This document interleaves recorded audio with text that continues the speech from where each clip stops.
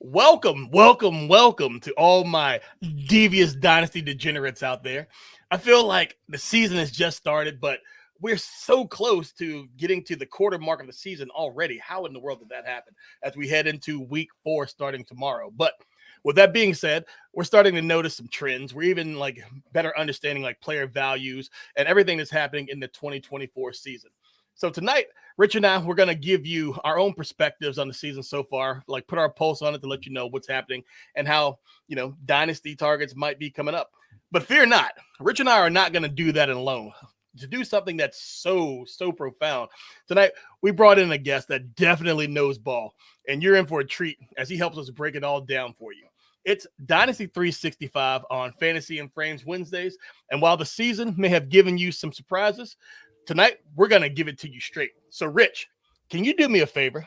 Can you treat that intro button like a wide receiver going against Miami's Kader Kohu and just absolutely smash? Let's go.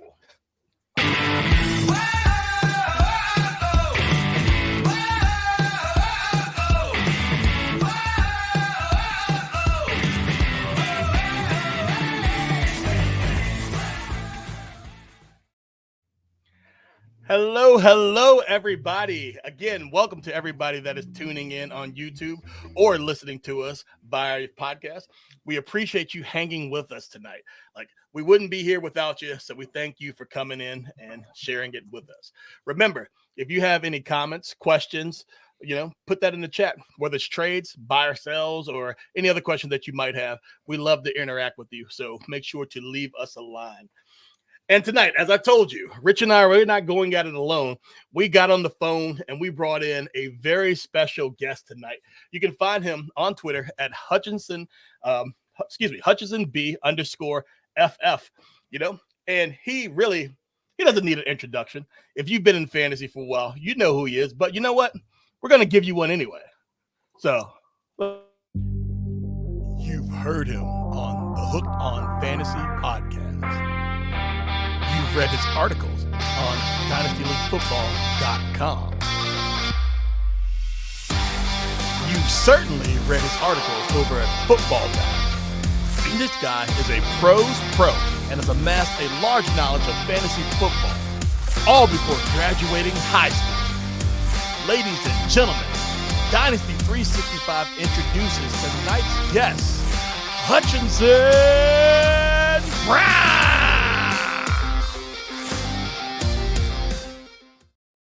Hutch, my man, thank you so much for coming on and hanging out with us tonight, man. Absolutely. Hutch, how you doing tonight?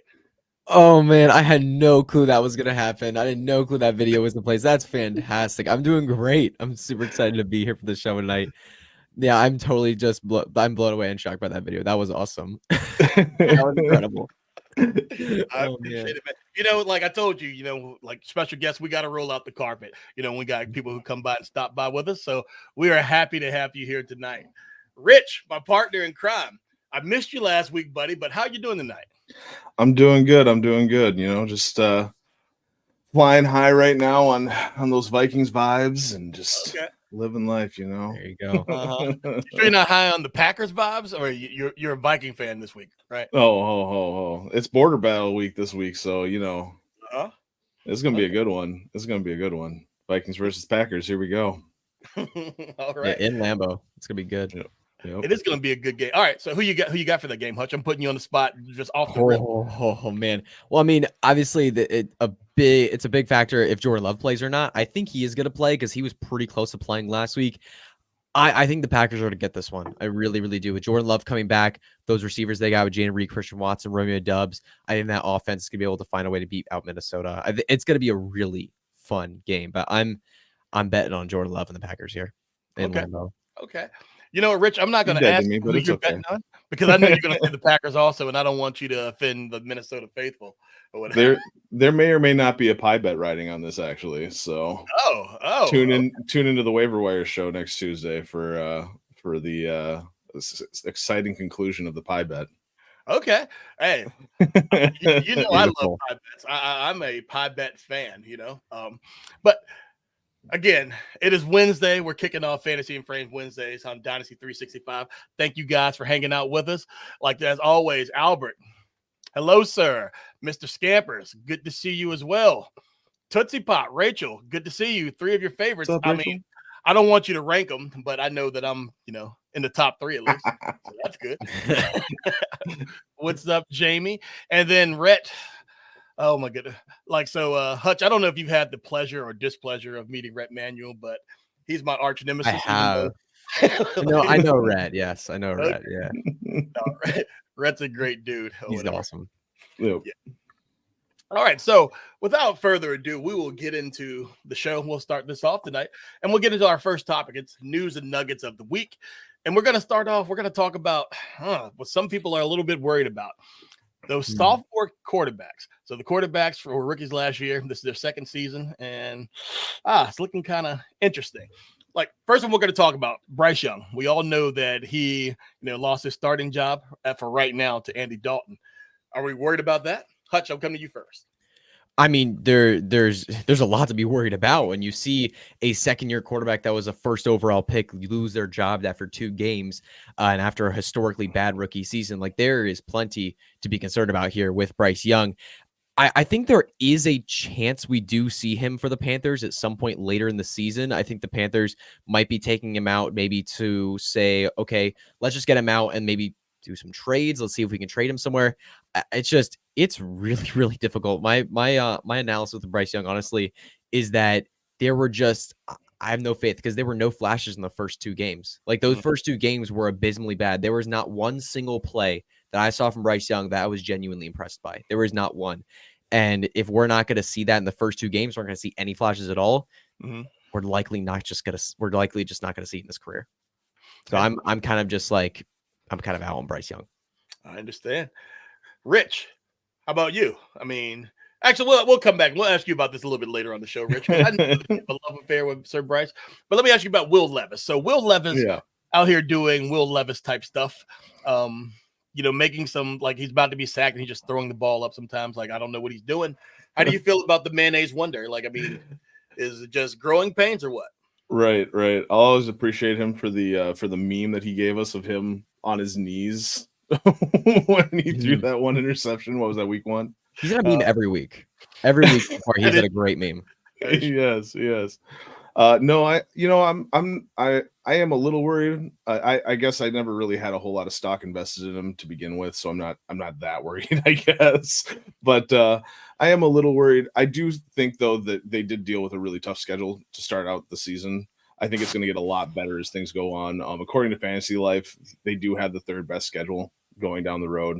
So in the end of things, I think it's going to be fine. It's just, he's just got to get over the hump and he's got to start targeting his playmakers, Okay. Yeah. I mean, one thing I've noticed with him that's incredibly worrisome, I mean, he's taken some of the most sacks in the NFL this year. And I think one of the big reasons for that, it's something we saw in college, something we saw in his rookie year. He has no awareness in the pocket. Like, simply none. He never knows when the blitz is coming. You can go right up to next to him and he has no idea you're there.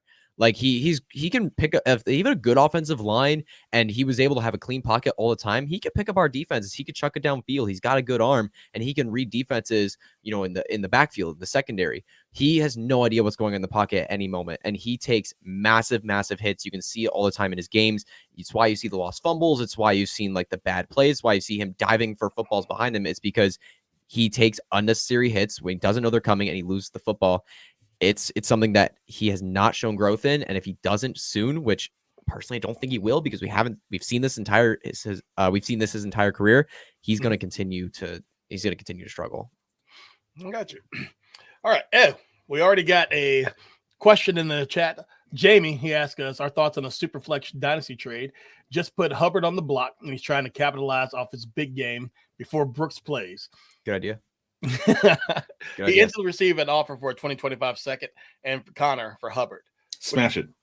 Smash it. Yeah. Yeah. I mean, when you look at it, Chuba Hubbard and Connor are basically the same players. Connor's better. I mean, both are veteran running backs that have young guys behind them that are likely going to take over by the end of the season, except Connor's just a better running back and he's likely on the better offense. And you get a second on top. Easy. Yeah. Oh, absolutely. That's amazing. I like Wow. That's already smashed. So smart. Smart play right there. I was going to say, what are you doing here? I mean, I'm happy you're here watching us, but get out of here, man. Go get that ball. Yeah, click accept. Yeah.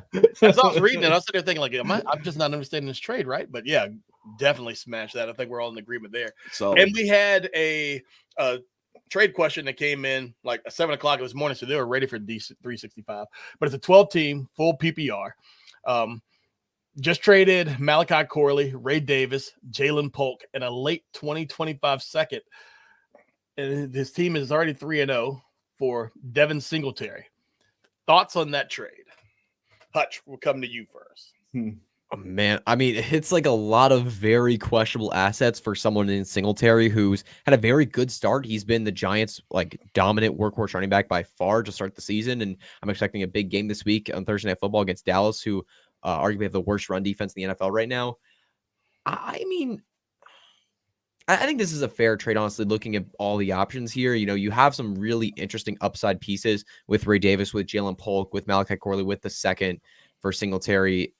I can think the fact that you're contending makes Singletary a little more optimal, but I think just value-wise, it is mostly fair, but I would lean with the package with Polk in the second. Makes sense to me. Rich, what you think? Yeah, I'm with you there. I think the second kind of puts it over the top there for me. It does. Yeah, the second does it. Like I get wanting to move some of those smaller assets and whatnot and see what you can get for them. But and Singletary isn't a bad grab by any means. I'd also like to see what the rest of the team looks like, because team needs, if you really needed a quarterback or a running back, because it looked like he was trading away a bunch of wide receivers, right? Mm-hmm. Yeah, I mean, Malachi Corley and Jalen Polk. Yeah. So yeah. Oh, and Ray Davis. So yeah, running back in there too. But yeah, upgrading at least at the running back position. So I like it getting Singletary, but no, yeah, I'm with you, Hutch. I'm leaning towards the two. Okay. Yeah, I feel the same way. I don't need to add anything to that. You guys have covered that well. All right. So week 3. Injuries have been the story of the NFL in the first few weeks. And so we talk about some week 3 injuries. I guess CMC is going to Germany. What's your thoughts on that, Rich? I'm scared. I'm worried, man. No, I really am. I'm worried about, because like you think about this, he started dealing with this injury during the off season, like a month before the season started or something like that. And what it was, that it was like 6 to 8 weeks is what I said when we were talking about this a couple weeks ago, when I looked it up online about the Achilles tendonitis or whatever. Yeah, like we're at that mark. And so if he's going someplace else to get a second opinion, maybe who knows what kind of operation he's getting done there that isn't FDA approved. But yeah, no, concerned. Very concerned. Mm-hmm. Yeah, that is a little concerning. I'm not hating on the people that traded for Mason for Jordan Mason as much as I was before. So yeah, I remember like when that whole went down, I was sitting there thinking, like, when you speak of Jordan Mason, I'm like, all right, yeah, he's a guy that's going to be 4 weeks. That's about all his shelf life is going to be. But with this news, not really sure. Hutch, how do you feel about this going forward? Like, what's your thoughts? Yeah, I agree with the two of you. Honestly, this just seems like it's an injury that's gotten more concerning by the day. Like Rich said, this was something that he was dealing with in the offseason, and then it came back during the season. And then it was like, oh, he's going to miss a couple weeks. And then now he's considering being put on IR. Now he is on IR, and now he's going to Germany. Like, it just keeps getting worse and worse. And he's a 20-year-old running back who has a ton of miles on his legs. Like, this is getting really, really concerning. I mean, if you want to see what you can get, I would just throw it out there. You know, in a Redraft or Dynasty League, if you can buy McCaffrey crazy cheap, I would see what you can do, because like if you can get him for an insanely cheap price, because when he comes back from injury, he's a great running back. And San Fran, given the way they've started so far, they might be in a position down the stretch where they're competing for a playoff seed. Like they're competing for a spot in the playoffs, competing to get a higher seed. They're going to want McCaffrey back for that. So they might try to bring him back as quick as they can and get CMC in the game. When he's in the game, he's going to be good for fantasy. So I would see, just in case the Christian McCaffrey manager is like just red hot panicking, just see what you can do trade wise. I like that. And that's what I like. I like to operate when people are on tilt anyway, just see what I can get, because you take advantage of people on tilt. You always win. Yes. Yep. Speaking of someone being on tilt, now, so I am a Dolphin fan, and I pay for the Sunday ticket just so I can be angry on Sundays. Last year was good. Like, all right, even though everybody's like, they're going to be Super Bowl. I'm like, no, they were a playoff team. And anyway, Skylar Thompson, after Tua's concussion, Skylar Thompson has come in, and he has played better than me.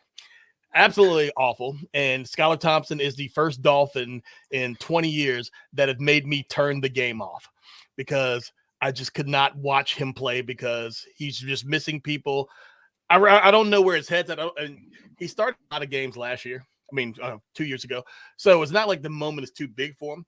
But I knew that it was over when Kader Kohu, which kind of it tripped me up, and he returns it to the 5. But instead of just tossing it where, pitching it back where they could score a touchdown, he gets tackled at the 5.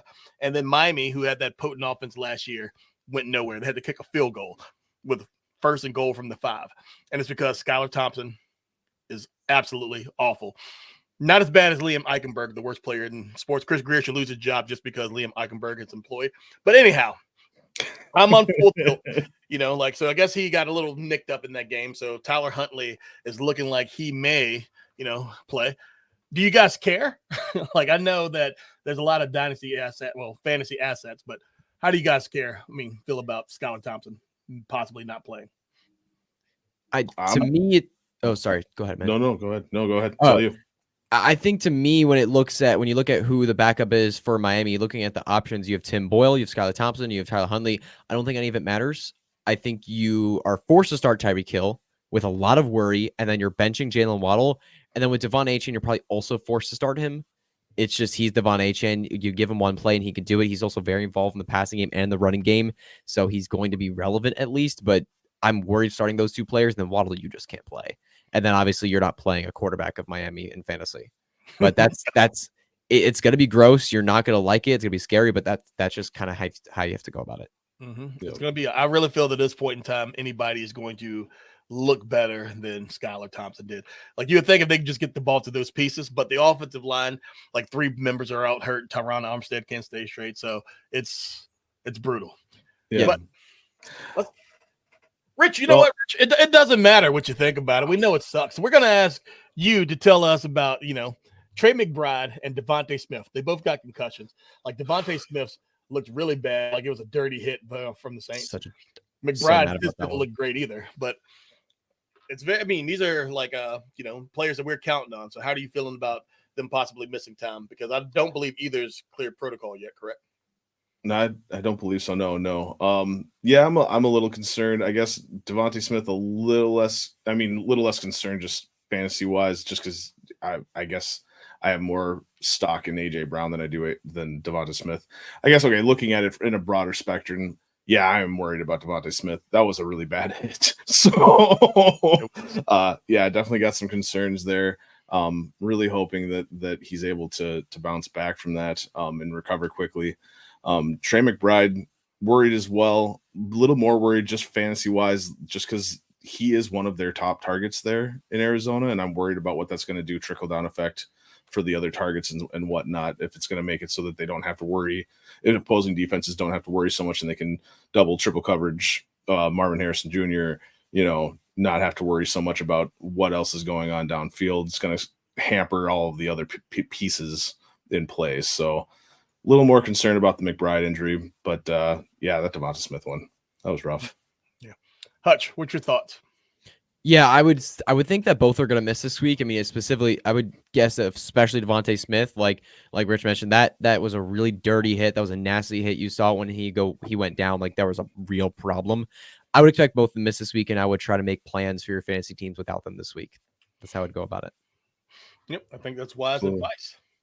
Yes. All right, so we talked about some of the injuries and the bad part that's happened in week 3, but we'll say week 3, the first 3 games of the season, what's your favorite part, of week 3 or the season, Hutch, whichever you choose? So my favorite part from this season so far, I I hinted towards the fact that I like J.K. Dobbins as a sleeper a lot this offseason. A couple of times on Twitter, a little bit on my show with Luke, Hooked on Fantasy. J.K. Dobbins was a last round, just desperate sleeper because that Chargers backfield is so ambiguous. You just want to get a piece of it. Jim Harbaugh wants to run the football. And Dobbins has been absolutely incredible so far. When you looked at the first 2 weeks, he was rushing for more yards than 19 other NFL teams in the first 2 weeks. And then this past week, it was a slow week for fantasy, but it was a really good week for Dobbins. And I'll tell you why. J.K. Dobbins saw 18 of 21 running back opportunities. That's rushing attempts and targets. That is a workhorse level type of role. And that's not the role we saw for Dobbins earlier in the season. Gus Bus was very, very involved, but he wasn't against the Pittsburgh Steelers. And I think this is a trend because Dobbins was so much more effective than Gus Bus with the football in the first 2 weeks. And now the third week, the Chargers have probably said, hey, Dobbins, you've been much better. Let's give you the football more. And I think that's what's going to continue rest of the season. So I'm looking at J.K. Dobbins thinking in great matchups, he's going to have some huge games. I'm thinking he's a top 20 running back plug and play for the rest of the season, assuming this kind of workload continues. Yeah, I'm loving Dobbins right now. Actually, real quick, you actually brought up a question that I had. Shallower leagues. I mean, most dynasty leagues, they're pretty deep. You're not going to do this, but in the shallower leagues, what are your feelings on dropping Gus at this point? Like, are you still keeping him just around just in case? Or I think you can drop the Gus Bus. The thing is, even if this goes back to a split backfield, that's going to lead to Gus Edwards getting, 10 to 15-ish carries a game. He is not involved in the receiving game at all, so you have no PPR upside. So then you're completely dependent on a touchdown just to get like 10 points. That's if you want 10, 12 points from Gus Bus, you're gonna have to get a touchdown because he just doesn't look good with the football. He looks like a very slow old running back. I'm sorry, that's just what he looks like. I've loved the Gus Bus. I've had a soft spot on my heart for him in Baltimore. I love that kid, but he just doesn't look good right now. He really doesn't. Dobbins is outplaying him by a mile. So I think the most upside you have with him is scoring a touchdown to get 10 points, and that's just not someone you're gonna start in fantasy. So you can drop Gus Bus. All right. Yep. Rich, what's your favorite part of this season so far? Well, let me talk about my Minnesota. No, we'll get into that later. No, my favorite part of week 3 in general was Juwan Jennings. I was so excited about that going off the way that it did. I was preaching to grab him where you could just because I knew that there were going to be targets available, especially because of the fact that he'd been involved even when Debo and Kittle were on the field. As soon as those two left the field, I was like, oh, come on, you gotta start Juwan Jennings. He's obviously the next target up. But did not expect him to go off the way that he did. And I was happy that I started him in the leagues that I got him in. So he carried me to a victory and a very close victory in a rebuild against the guy that's number 1 overall. I lost by like 4 points or something like that, or it was so close. And it was all Juwan Jennings. I was like, the whole time I was like, come on, buddy, just one more. Just one more. He definitely blew up. Hey, so Hutch, gonna come to you because yes, sir. You were saying like a couple minutes ago. Jamie has a question for you. Do you think Dobbins can keep up with his injury history?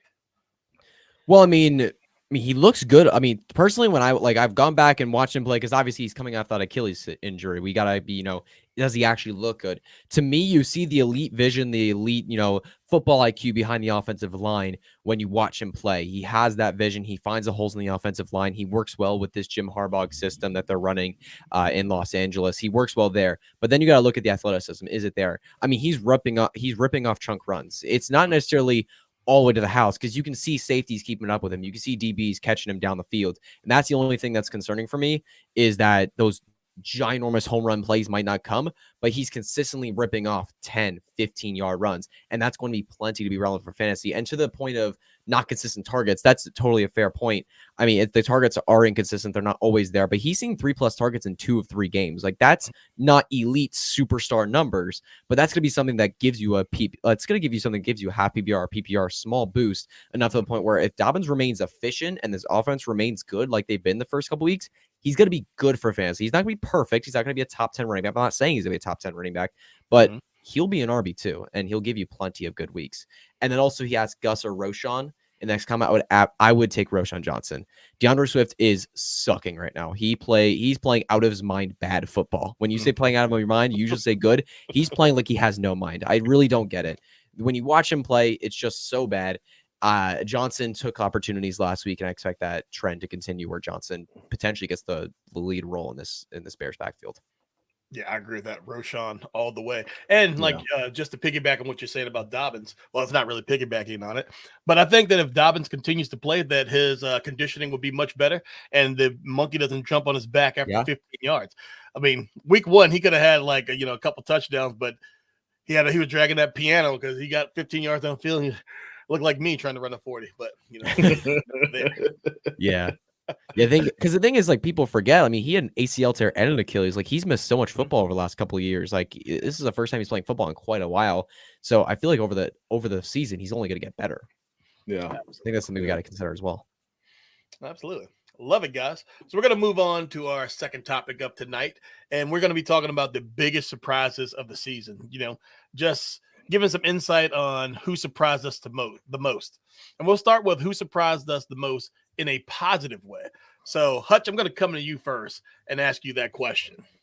So for me, the biggest surprise has been Chris Godwin. I was not a major supporter of Chris Godwin, through this season. I did think he was slightly undervalued, but the blow up that he's had going back to being, remember that 2019 season where he was right behind Michael Thomas in terms of fantasy points per game. Like, he was right there. The slot usage for him in that season with Jameis Winston playing was insane. He was a top tier wide receiver in fantasy.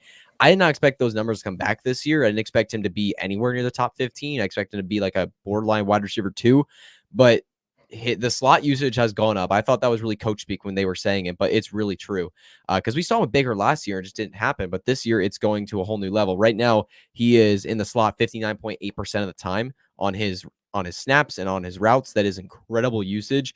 And when he's in the slot, he's absolutely dominating. When you look at his PFF receiving grade in the slot, when you look at his yards per route run in the slot, he is one of the top receivers in all of football.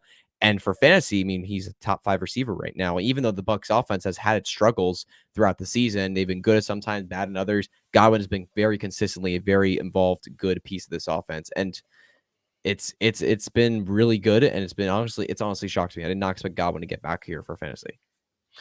I love it, and I'm happy that he has, because I have him on a couple of dynasties.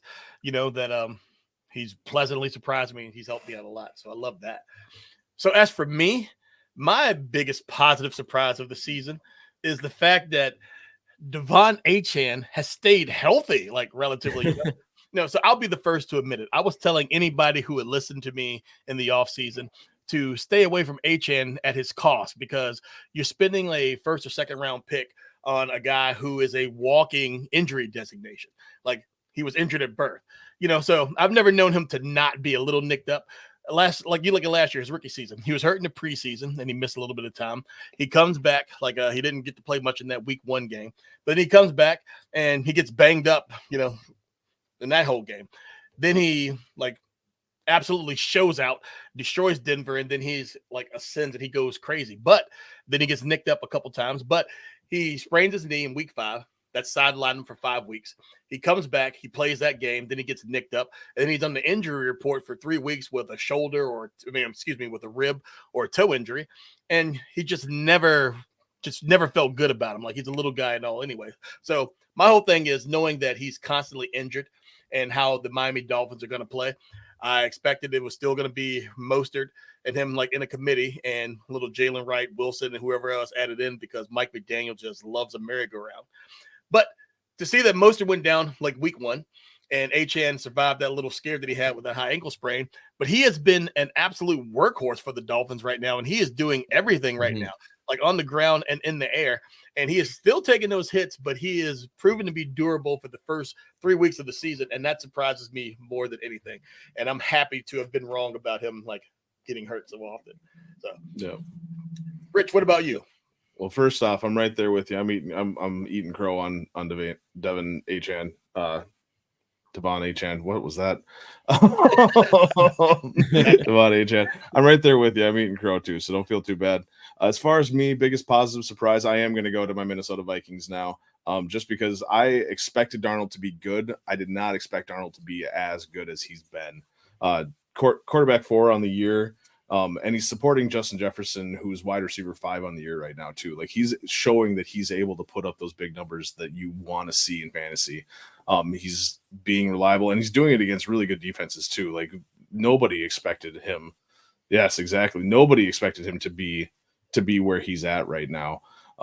And so even me, who was being optimistic, I was nowhere near where he's at, but he's keeping other players relevant. I think the biggest thing right now that is keeping other players from being more relevant is the fact that the defense is playing as well as it is. Like, they are playing out of their mind, and they're making it so that it's short fields that they're working with. And so, yeah, there's just not a whole lot of points to come from that, other than the touchdowns, of course, that precede it. So, but yeah, so I'm really surprised by how well the Vikings as a whole are doing, and I'm excited for Dynasty this year. Yeah, I'm loving what Darnold's doing. But go ahead, Hutch.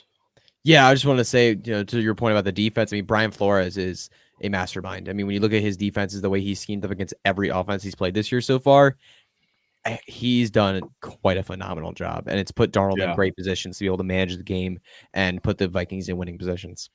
Yep. Yeah. He is the main thing that I usually split my the wins in the division as far as like against the Bears, against the Lions, against the Packers. I give them I 1-1. But I really do think that we have a good chance of winning this week just because of Flores and what he's doing. Sorry, this isn't Dynasty related, but just going off of what you're saying. I mean, it all plays into the part because, yes, Flores is an absolute master as a defensive coordinator. You just don't want him to be your head coach, and I'm speaking from experience. All right, so Hutch. So we've already talked about the good, but the good, there's always got to be the bad also. So what is the biggest negative surprise that you've seen so far this season? I mean, one of my biggest takes this year was that I believe that Tank Dell was the wide receiver one of the Houston Texans. That was one of my biggest takes in fantasy this year. That was kind of my hot take, and it has not panned out that way so far. Currently, he's third on the team in targets with 17. Stephon Diggs and Nico Collins are ahead of him right now, and when I watch him play, I think he looks great. He's getting open. He's running great routes. He looks fast. He looks explosive. That ankle injury, the foot injury that he suffered last year doesn't seem to be affecting him at all. And when you look at the numbers too, like his separation numbers are great. Like, he's getting open. He's getting downfield. It's just, it hasn't connected yet for him and Stroud. I'm not panicked on Tank Dell yet. I'm not absolutely hitting the red panic button. I think eventually the big plays will come. I think, he's getting open. He's got to get some more targets soon. It was encouraging to see a double-digit fantasy point game last week, a 60-plus yard game last week. But it has not gone the way I would thought it would go so far. Nico Collins specifically has taken his game to another level in a way that I did not see. You and me both. I'm right with you. Rich, what surprised you most in a negative way so far this season? Honestly, I'm still shocked by how poor the tight end play has been. Just across the board, tight ends everywhere are destroying us right now in fantasy, and there's just no one that you can really count on. I mean, oh dang it, I had it written down too. You look at who is in the top 5, and it's not tight ends that you were expecting. I saw somebody the other day say something about, because Kincaid had that touchdown, and everybody was like, "Oh, he's back," and somebody was like, "Can he make it back in the top 5?" He absolutely can make it back in the top 5 this year, top 3, because there's just not a lot of competition up there for it right now. So I do think that in the end it's going to change. I think that that as time goes on, guys are going to start getting more into the flow. They're going to start getting relied on more. Whatever the case is right now that's keeping them down, I do expect that all to change, and I do think the tight ends are going to come back in a big way. So I'm not overly worried, but right now, man, it's disgusting. So you're telling me that you didn't have Dallas Goedert as one of your top 2 tight ends going into this season? He's kind of hell no. Yeah. Yeah, it's like, it is incredibly wild to see the tight end struggles so far. I mean, it's hard. There's just been not one. I mean, Brock Bowers is the one. Brock Bowers has been the guy. I mean, he has looked phenomenal. I almost wrote that as my biggest positive surprise was Brock Bowers, because I didn't expect him to do this much as a rookie tight end, but he has looked absolutely phenomenal. He is the guy. That's the guy I'm eating the most crow on right now is Brock Bowers, because I did not you think about rookie tight ends and how they do and stuff like that. Like, you expect a little bit of a growing period, some growing pains of some There's kind. not. None. There's no growing pains. 0.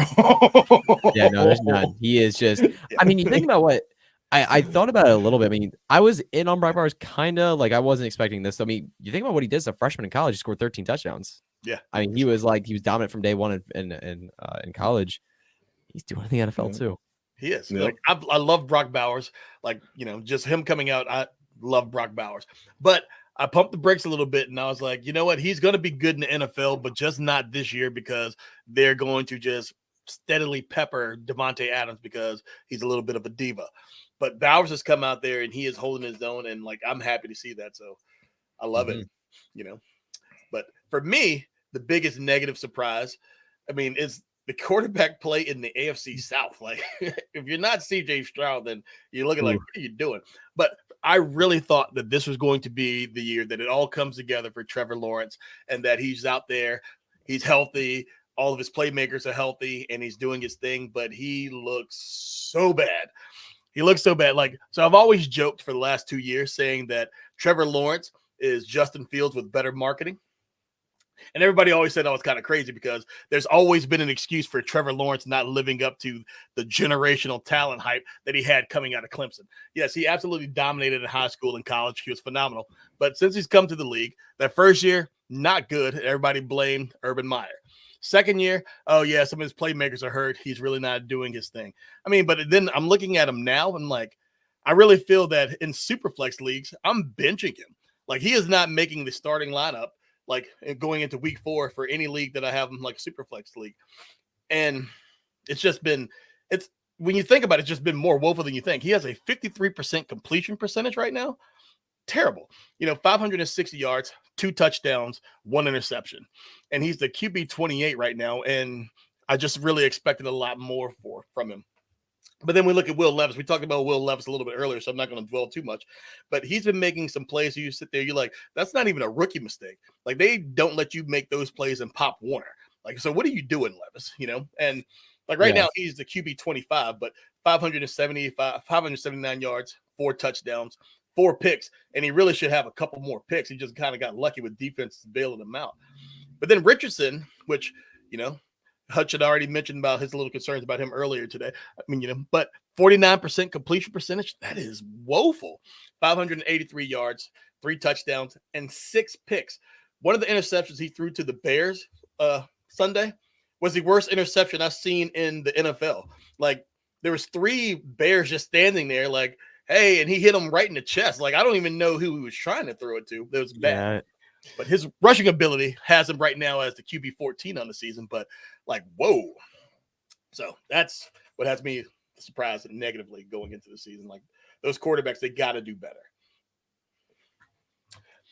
The one I would want to come back to you at would be Anthony Richardson. To add on to what you said, he's at, under 50% completion, but specifically it's his ability in the middle of the field.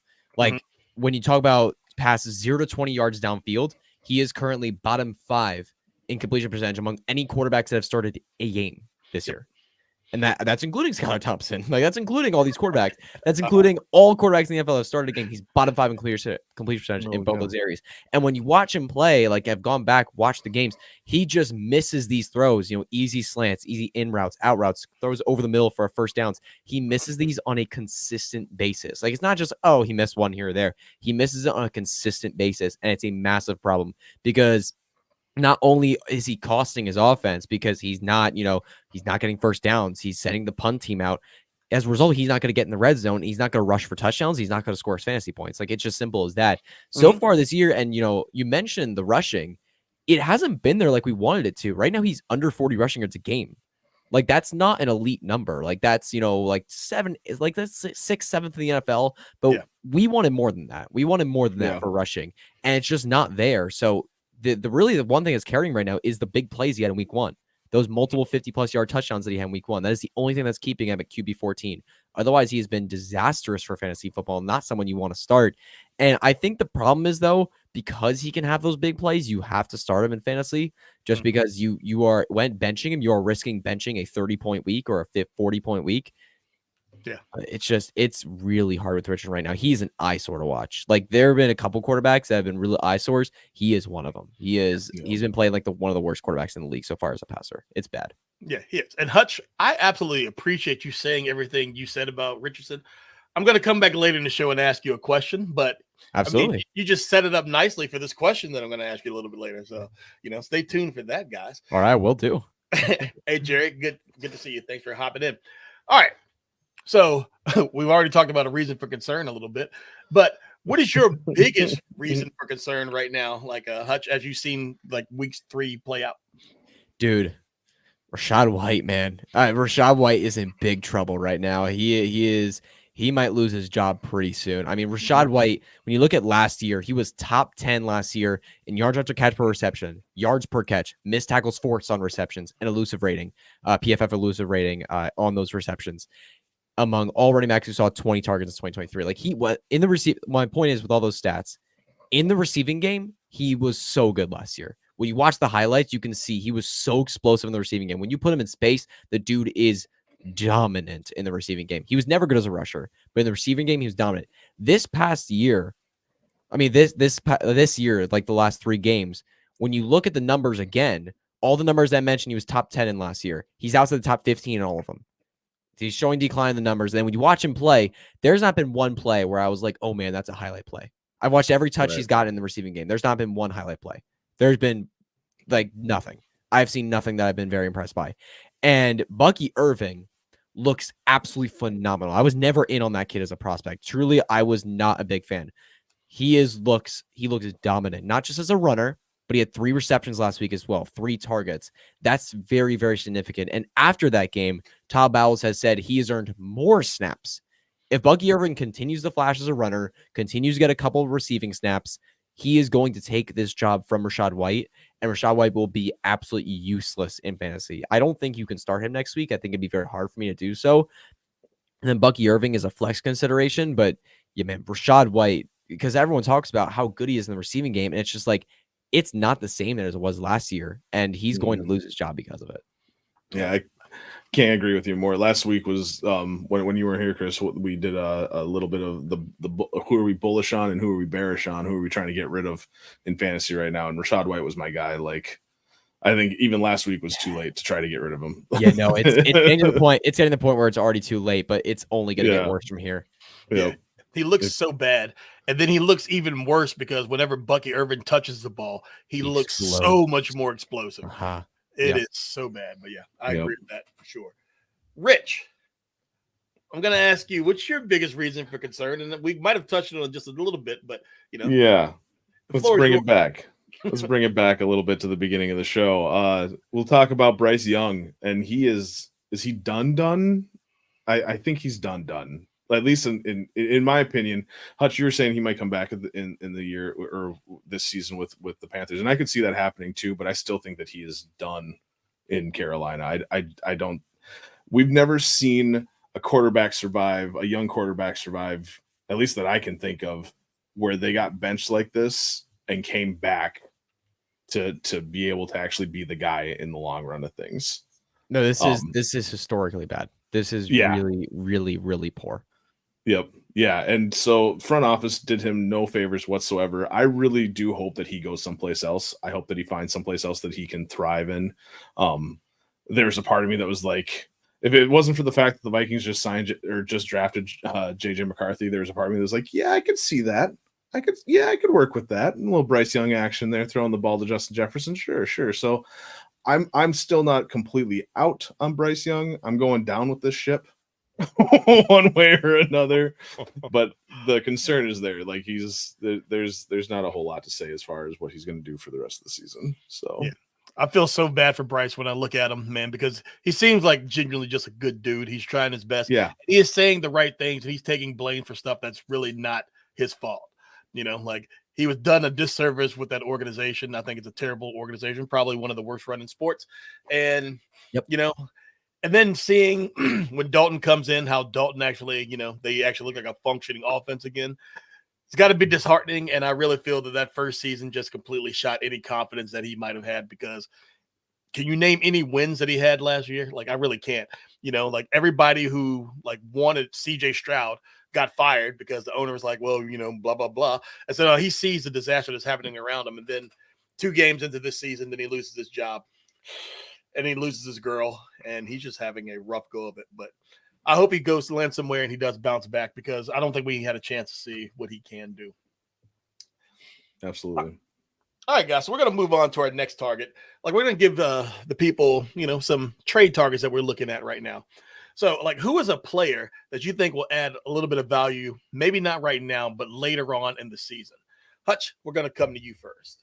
I mean, it's unfortunate that news has come out that his injury progress is going really well, because it's making his value rise already. But Jonathan Brooks, you have to get in on this kid before he plays. You have to get in on Jonathan Brooks. I'm just telling you right now. I mean, he's going to be a top 6 dynasty running back by the end of the season. He will be commonly ranked as a top 6 dynasty running back by the end of the season. This is a very young, very good running back. The only running back in this class that was drafted in the second round, even though he had his ACL tear. The NFL is telling us right now that kid's good at football. When you see a running back go in the second round, even though they have an ACL tear, that kid's good at football. I mean, The Cowboys were all over him. They wanted to draft him so much, and they gave the Panthers a perfect blueprint on how to draft him. Trade up above the Cowboys, 1 pick in front of them, and draft him. Like, that's what they did. And I'm super excited to see what he can do, especially now that Andy Dalton is the quarterback in this offense. Not only did he, run a good offense, he's going to run a solid offense for this team this year, potentially, as long as he's the starter for the rest of the season. But he gave his running backs nearly a 20% target share. That is an elite number. And Jonathan Brooks, we saw him in college a lot catching the football. He's really, really good at it. When you get him in space, he's a monster. He's a very talented player, and he's so much better than any running back on that roster right now. Like, Chuba Hubbard is a guy. He is a dude. Miles Sanders is nothing. Jonathan Brooks, when he's healthy, it might take a few weeks, but when he's healthy, he's going to win leagues down the stretch. He's going to be very involved in this offense, especially considering the receiving game that they have, with Deontay Johnson and a question mark of receivers around him. They're going to need him in the passing game. And we saw Dave Canales give like 1 billion targets to Rachaad White in the passing game last year at running back on the Tampa Bay Buccaneers. Why won't he do it with Jonathan Brooks as well now that he's on the Panthers? I have him ranked as my dynasty running back 9 right now, and I think he's going to be a top 6, top 5 dynasty running back, very consensus by the end of the year. He's going to win people leagues. Get him. Like, you sold me. You sold me. Like, I'm sold. Absolutely, yeah. I'm in. Shout it from. I was about to, like. I almost interrupted you in the beginning. It was just be like, shout it from the mountaintops, my friend. Because yes, I'm right there with you. Yeah, Rich has been banging that drum ever since the draft. All right, So for me, I'm going to go next, and I'm going to give you who I think will add a little value. I mean, later in the season. So I wanted to go with Khalil Shakir. I don't know if you guys ever heard of that guy, but I decided that, I tried to get him in all these leagues, but I only got him in some, not enough. But right now, I'm going to say Josh Downs. And I know that everybody hears me saying Josh Downs is really confused, because it seems like I was just poo-pooing Anthony Richardson because he has not looked that great at the beginning of the season. Well, the reason why I'm going with Josh Downs, because as you guys know how I like to play Dynasty, I like to bargain shop. I like to get people I like to buy low. I like to sell high. And I love seeing league owners on tilt. There's a lot of owners who are on tilt right now because Richardson has not looked that great. Pittman has not done his thing. A.D. Mitchell has not done his thing. So they're like, Downs has been not even in their frame of thought because he's been injured for the first 2 weeks. He did come back last week. He had 5 targets, 3 catches, 22 yards. Not anything stellar. But what I think is going to happen, I really believe that Colt offense and Richardson are too good to actually keep playing like this. So I think that that's going to bounce back up. And I really think that Downs coming back from injury is going to help Anthony Richardson in all those areas of the field where Hutch clearly outlined to you all where he's so bad at. And so the question that I was going to ask you, Hutch, so the short and intermediate passes, the slants and things like that, so A.D. Mitchell, he's doing his thing. Pittman, he's drawing the number 1 target on defense.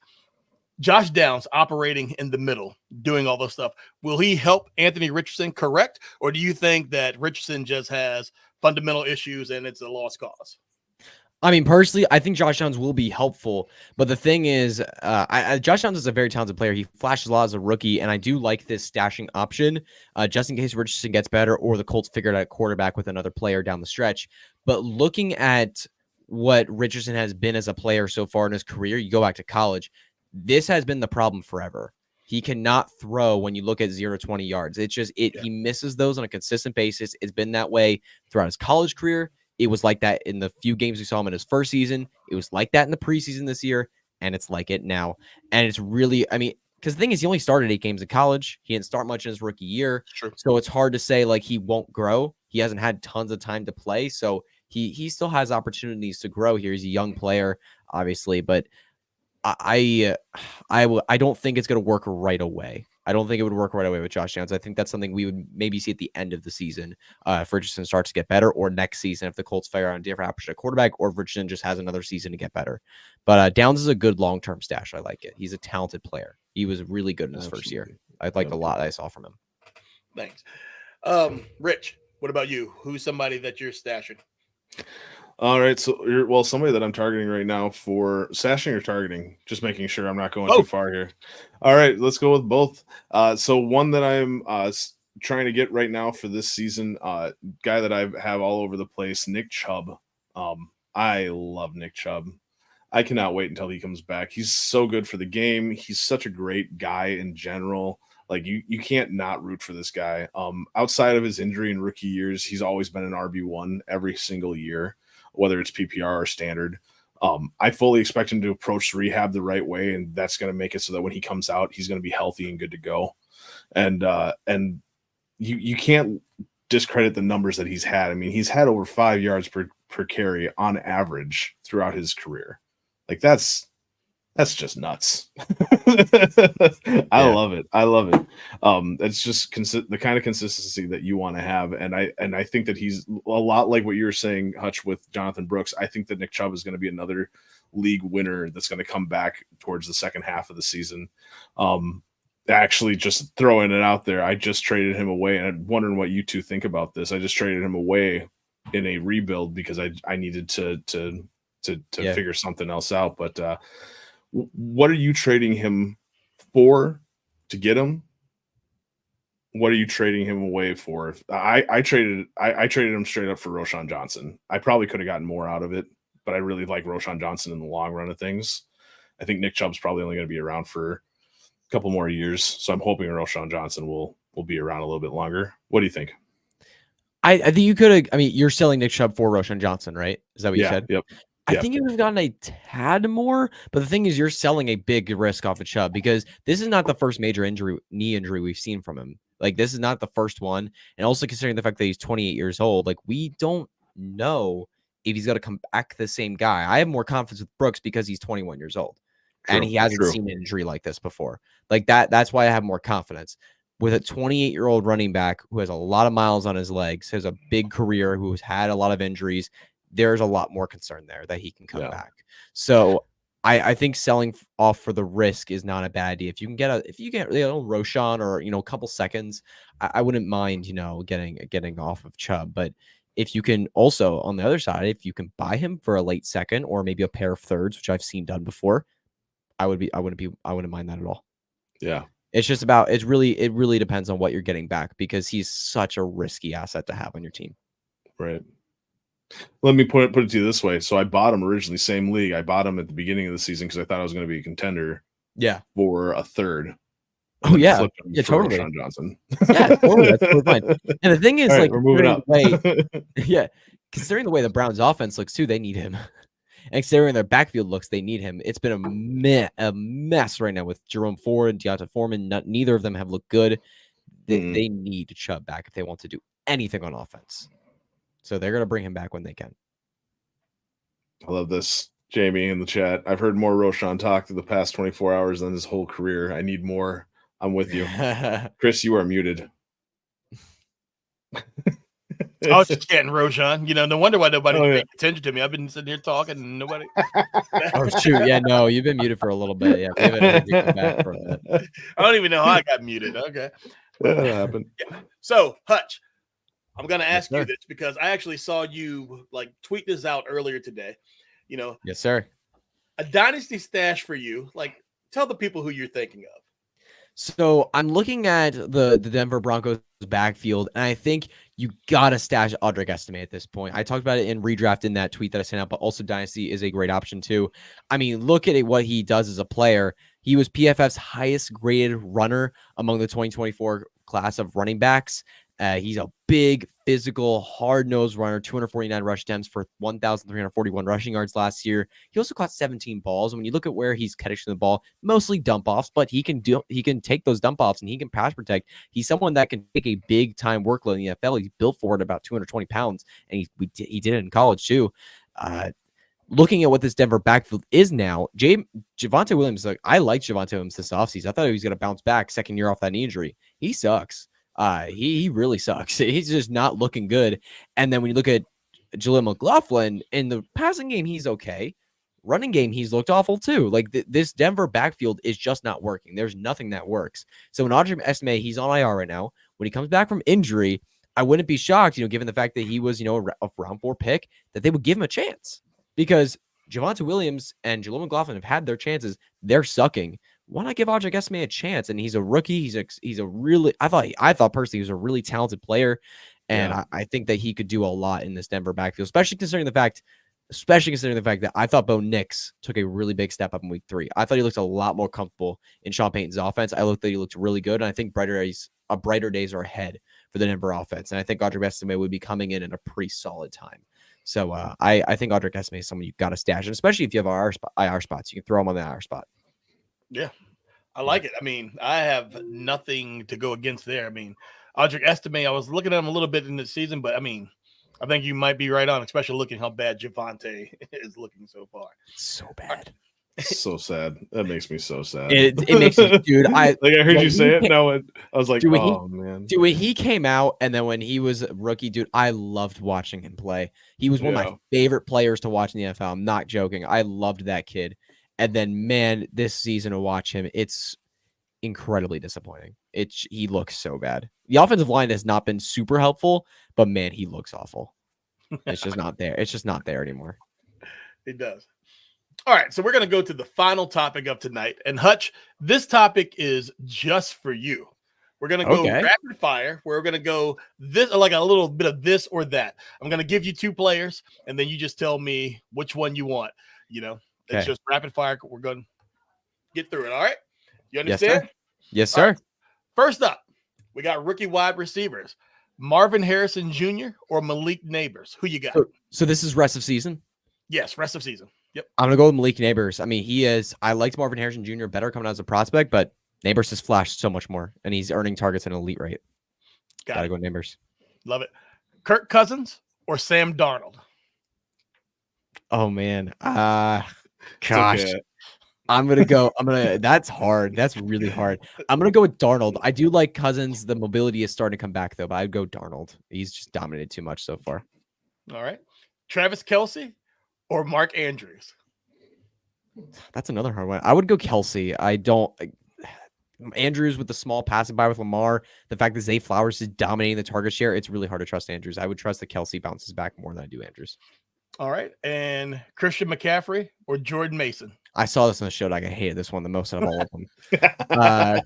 I would say, gosh, I think Christian McCaffrey. You know what? I'm going to go Christian McCaffrey because I think he's going to be there in the games that matter most, which is the fantasy playoffs. All right. And we got a bonus surprise one for you. Khalil Shakir or Curtis Samuel? Oh, Shakir, easy. He's been earning targets a lot more. He looks so much better. Curtis Samuel he does not look good. He is not good. Shakir looks great. And Josh Allen was just in the media, praising him really highly just recently today, I think. Yep, I agree with you. And so much I agree with you. This or that pie bet. Somebody's getting pie. And I don't think it's gonna be me. No, it's not. No, yeah, Shakir is. Shakir's I'm in trouble. Yeah, you're in danger. And with that concludes another episode of Dynasty 365. Great show, fellas. I really appreciate you guys hanging out with us. Thank everybody who is here and chat with us and everybody who supports us. Very much appreciate it. Very special thanks to the wonderful Hutchinson Brown. Hutch, tell the people where they can find your work. Well, first off, before I get into that, I want to thank you guys for having me on the show. It was really, really fun to be on the show with you too. But y'all can follow me on Twitter. I'm at HutchinsonB_FF. I do content with football guys and with Dynasty League football as well. And then check out me and Luke Saw Hooks podcast, Hooked on Fantasy. We're helping you win leagues this year. But yeah, man, I'm just a teenager trying to make his way in the fantasy football space. So any love or support would be greatly, greatly appreciated. Thank you guys again for having me on the show. Hey, man, you're doing great work. I appreciate you. I appreciate your takes. And I'm grateful for you to come on the show. Like, just keep on rising, man. You're a rising star. Like, love to see it.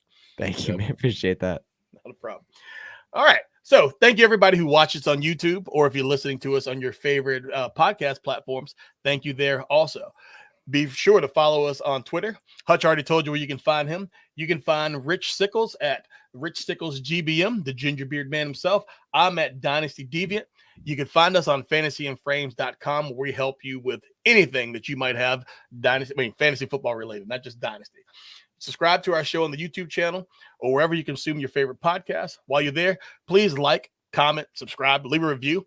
I mean, if you don't, Rich's beard might stop growing, and we definitely do not want that, guys. So like all the Fantasy and Frame shows, we're Dynasty 365, and we kick off the Fantasy and Frame Wednesdays. We're followed by Fourth and Frames, for your redraft content. And after those guys is Shoot the Gap, and they have you covered on everything for IDP. Tune in on Tuesdays for the Waiver Wire show. Also find out like Rich might get pod twice. And again, thank you so much to our viewers, listeners, and those in the comments. We appreciate you. We love you. Good night, everybody. And let's go dominate those Dynasty leagues. Rich, take us out.